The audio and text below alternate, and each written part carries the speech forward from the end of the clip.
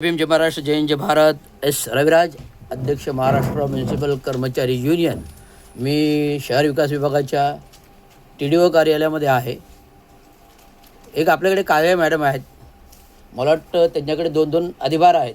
जिल्हा कलेक्टर आणि शहर विकासचा अधिभार आहे. परंतु मी ज्या वेळेस आलो त्या वेळेस ते मला जागेवर तर दिसत नाही. मग जे लोक ज्यांना कामाचं आवश्यकता भार देऊन काम जर झेपत नसेल तर त्यांना अशा पदावर कशाला नियुक्त करता.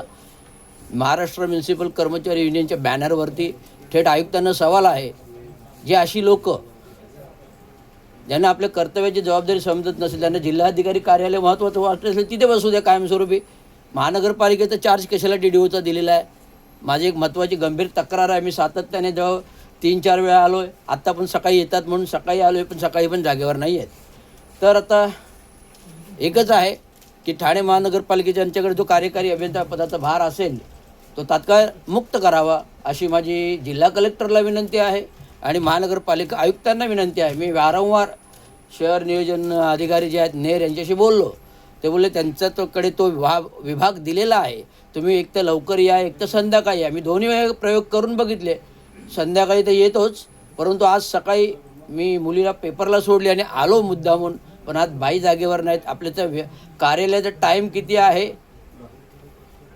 9:45. डिजिटल यंत्रणा प्रणाली, आम्ही डिजिटल यंत्र प्रणालीबरोबर बोललेलो आहे की सर्वीकडे कायदा कानून सारखा असावा. एक तर 9 प्रभाग समितीमध्ये डिजिटल यंत्रणा नाही आहे, मग महानगरपालिका कार्यालयामध्ये कशाला ठेवलेली आहे?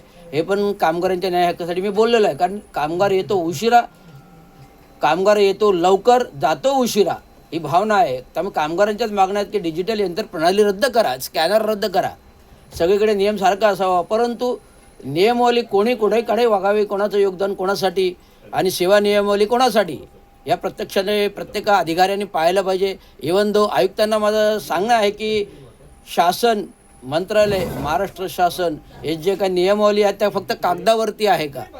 त्यामुळे हे सेवा नियमावली करण्याचं पाहण्याचं काम आयुक्तांचं आहे. आस्थापना विभागाच्या उपायुक्त यांचं, अतिरिक्त आयुक्तांचं आहे. जर अधिकारी टेबलवर नसेल तर त्यांच्याकडे 2-2 भार कशासाठी दिले गेले, तर हा माझा सवाल आहे. मी नियमबाह्य प्रभारी चार्जबाबत पण बोललेलो आहे. कोणाला उपायुक्त बनवलं जातं, एक क्लरिकलला उपायुक्त बनवलं जातं, SRA प्रमुखचा चार्ज दिला जातो आणि ते शहर विकासमध्ये बाहेरील लोक पदं देतात, पण ते पदावर काम करत नसतील, त्यांना पदाचं मूल्य नसेल, त्यांना त्या पदी ठेवू नये, तात्काळ रद्द करावं, एवढंच मागणे. धन्यवाद. जय हिंद, महाराष्ट्र, जय हिंद, भारत.